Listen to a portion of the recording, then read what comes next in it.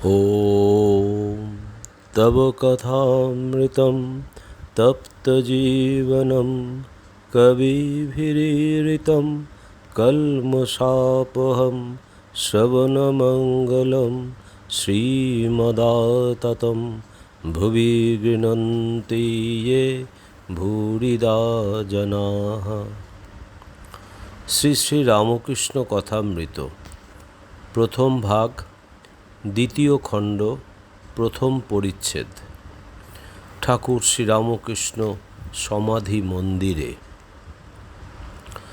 আজ কোজাগর লক্ষ্মী পূজা, শুক্রবার 27শে অক্টোবর 1882 খ্রিস্টাব্দ। ঠাকুর দক্ষিণেশ্বর কালীবাড়ির সেই পূর্ব পরিচিত ঘরে বসিয়া আছেন। বিজয় গোস্বামী ও হরলালের সহিত কথাবার্তা কহিতেছেন। একজন আসিয়া বলিলেন, কেশব সেন জাহাজে করিয়া ঘাটে উপস্থিত। কেশবের শিষ্যেরা প্রণাম করিয়া বলিলেন, মহাশয়, জাহাজ এসেছে, আপনাকে যেতে হবে, চলুন একটু বেরিয়ে আসবেন। কেশববাবু জাহাজে আছেন, আমাদের পাঠালেন।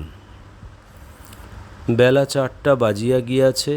ঠাকুর নৌকা করিয়া জাহাজে উঠিতেছেন, সঙ্গে বিজয়। নৌকায় উঠিয়াই বাহ্যশূন্য, সমাধিস্থ। মাস্টার জাহাজে দাঁড়াইয়া এই সমাধিচিত্র দেখিতেছেন। তিনি বেলা 3টার সময় কেশবের জাহাজে চড়িয়া কলিকাতা হইতে আসিয়াছেন। বড় সাধ দেখিবেন ঠাকুর ও কেশবের মিলন ও তাহাদের আনন্দ, শুনিবেন তাহাদের কথাবার্তা। কেশব তাহার সাধু চরিত্রে ও বক্তৃতা বলে মাস্টারের ন্যায় অনেক বঙ্গীয় যুবকের মন হরণ করিয়াছেন। অনেকেই তাহাকে পরম আত্মীয় বোধে হৃদয়ের ভালোবাসা দিয়াছেন। কেশব ইংরেজি পড়া লোক, ইংরেজি দর্শন সাহিত্য পড়িয়াছেন। তিনি আবার দেবদেবী পূজাকে অনেকবার পৌত্তলিকতা বলিয়াছেন। এইরূপ লোক শ্রীরামকৃষ্ণকে ভক্তি শ্রদ্ধা করেন, আবার মাঝে মাঝে দর্শন করিতে আসেন। এটি বিস্ময়কর ব্যাপার বটে। তাহাদের মনের মিল কোনখানে বা কেমন করিয়া হইল, এ রহস্য ভেদ করিতে মাস্টারাদি অনেকেই কৌতূহলাক্রান্ত হইয়াছেন। ঠাকুর নিরাকারবাদী বটেন, কিন্তু আবার সাকারবাদী। ব্রহ্মের চিন্তা করেন, আবার দেবদেবী প্রতিমার সম্মুখে ফুল চন্দন দিয়া পূজা ও প্রেমে মাতোয়ারা হইয়া নিত্যগীত করেন। খাট বিছানায় বসেন, লাল পেরে কাপড়, জামা, মোজা, জুতা পরেন, কিন্তু সংসার করেন না। ভাব সমস্ত সন্ন্যাসীর, তাই লোকে পরমহংস বলে। এদিকে কেশব নিরাকারবাদী, স্ত্রী পুত্র লইয়া সংসার করেন, ইংরেজিতে লেকচার দেন, সংবাদপত্র লেখেন, বিষয়কর্ম করেন। সমবেত কেশব প্রমুখ ব্রাহ্মভক্তগণ জাহাজ হইতে ঠাকুর বাড়ির শোভা সন্দর্শন করিতেছেন। জাহাজের পূর্ব দিকে অনতি দূরে বাঁধা ঘাট ও ঠাকুর বাড়ির চাঁদনি। আরোহীদের বাম পার্শ্বে চাঁদনির উত্তরে দ্বাদশ শিব মন্দিরের ক্রমান্বয়ে 6 মন্দির, দক্ষিণ পার্শ্বেও 6 শিব মন্দির। শরতের নীল আকাশ, চিত্রপটে ভবতারিণীর মন্দিরের চূড়া ও উত্তর দিকে পঞ্চবটী ও ঝাউ গাছের মাথাগুলি দেখা যাইতেছে।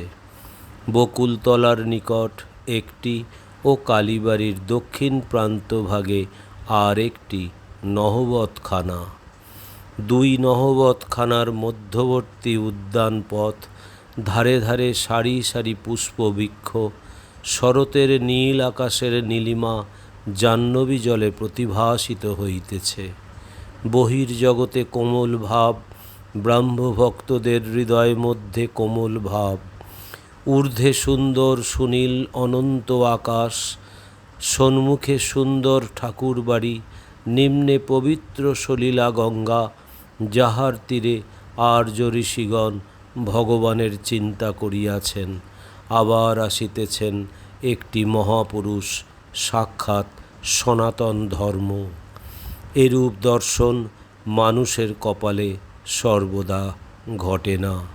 এরূপ স্থলে সমাধিস্থ মহাপুরুষে কাহার ভক্তির না উদ্রেক হয়, কোন পাষাণ হৃদয় না বিগলিত হয়।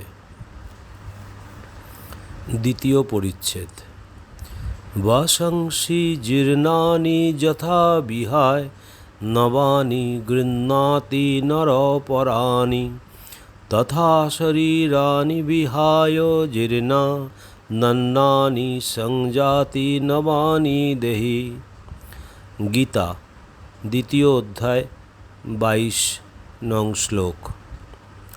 সমাধি মন্দিরে আত্মা অবিনশ্বর পওহারী বাবা। নৌকা আসিয়া লাগিল, সকলেই ঠাকুর শ্রীরামকৃষ্ণকে দেখিবার জন্য ব্যস্ত। ভিড় হইয়াছে। ঠাকুরকে নিরাপদে নামাইবার জন্য কেশব শশব্যস্ত হইলেন। অনেক কষ্টে হুঁশ করাইয়া ঘরের ভিতর লইয়া যাওয়া হইতেছে। এখনও ভাবস্থ। একজন ভক্তের উপর ভর দিয়া আসিতেছেন, পা নড়িতেছে মাত্র। কেবিন ঘরে প্রবেশ করিলেন। কেশবাদী ভক্তেরা প্রণাম করিলেন, কিন্তু কোনো হুঁশ নাই। ঘরের মধ্যে একটি টেবিল, খানকতক চেয়ার। একখানি চেয়ারে ঠাকুরকে বসানো হইল। কেশব একখানিতে বসিলেন, বিজয় বসিলেন। অন্যান্য ভক্তেরা যে যেমন পাইলেন মেঝেতে বসিলেন। অনেক লোকের স্থান হইল না। তাহারা বাহির হইতে উঁকি মারিয়া দেখিতেছেন। ঠাকুর বসিয়া আবার সমাধিস্থ, সম্পূর্ণ বাহ্যশূন্য। সকলে এক দৃষ্টে দেখিতেছেন। কেশব দেখিলেন ঘরের মধ্যে অনেক লোক। ঠাকুরের কষ্ট হইতেছে। বিজয় তাহাকে ত্যাগ করিয়া গিয়া সাধারণ ব্রাহ্ম সমাজভুক্ত হইয়াছেন ও কন্যার বিবাহ ইত্যাদি কার্যের বিরুদ্ধে অনেক বক্তৃতা দিয়াছেন। তাই বিজয়কে দেখিয়া কেশব একটু অপ্রস্তুত। কেশব আসন ত্যাগ করিয়া উঠিলেন, ঘরের জানালা খুলিয়া দিলেন। ব্রাহ্মভক্তেরা এক দৃষ্টে চাহিয়া আছেন। ঠাকুরের সমাধি ভঙ্গ হইল। এখনও ভাব পূর্ণ মাত্রায় রহিয়াছে। ঠাকুর আপনা আপনি অস্ফুট স্বরে বলিতেছেন, মা, আমায় এখানে আনলি কেন? আমি কি এদের বেড়ার ভিতর থেকে রক্ষা করতে পারব? ঠাকুর কি দেখিতেছেন যে সংসারী ব্যক্তিরা বেড়ার ভিতরে বদ্ধ, বাহিরে আসিতে পারিতেছেন না, বাহিরের আলোক দেখিতে পাইতেছেন না? সকলের বিষয়কর্মে হাত পা বাঁধা, কেবল বাড়ির ভিতরের জিনিসগুলি দেখিতে পাইতেছে আর মনে করিতেছে যে জীবনের উদ্দেশ্য কেবল দেহসুখ ও বিষয়কর্ম, কামিনী ও কাঞ্চন। তাই কি ঠাকুর এমন কথা বলিলেন, মা, আমায় এখানে আনলি কেন? আমি কি এদের বেড়ার ভিতর থেকে রক্ষা করতে পারব? ঠাকুরের ক্রমে বাহ্যক জ্ঞান হইতেছে। গাজীপুরের নীলমাধববাবু ও একজন ব্রাহ্মভক্ত পওহারী বাবার কথা পারিলেন। একজন ব্রাহ্মভক্ত ঠাকুরের প্রতি, মহাশয়, এরা সব পওহারী বাবাকে দেখেছেন। তিনি গাজীপুরে থাকেন, আপনার মতো আর একজন। ঠাকুর এখনো কথা কহিতে পারিতেছেন না। ঈষৎ হাস্য করিলেন। ব্রাহ্মভক্ত ঠাকুরের প্রতি, মহাশয়, পওহরি বাবা নিজের ঘরে আপনার ফটোগ্রাফ রেখে দিয়েছেন। ঠাকুর ঈষৎ হাস্য করিয়া নিজের দেহের দিকে অঙ্গুলি নির্দেশ করিয়া বলিলেন, খোলটা। ওম নিরঞ্জনম নিত্যম অনন্তরূপম ভক্তানুকম্পাধীত বিগ্রহং বৈ ঈশাবতারম পরমেশমিড্ডম তং রামকৃষ্ণং শিরসা নমামহম। শ্রীরামকৃষ্ণ অর্পণমস্তু।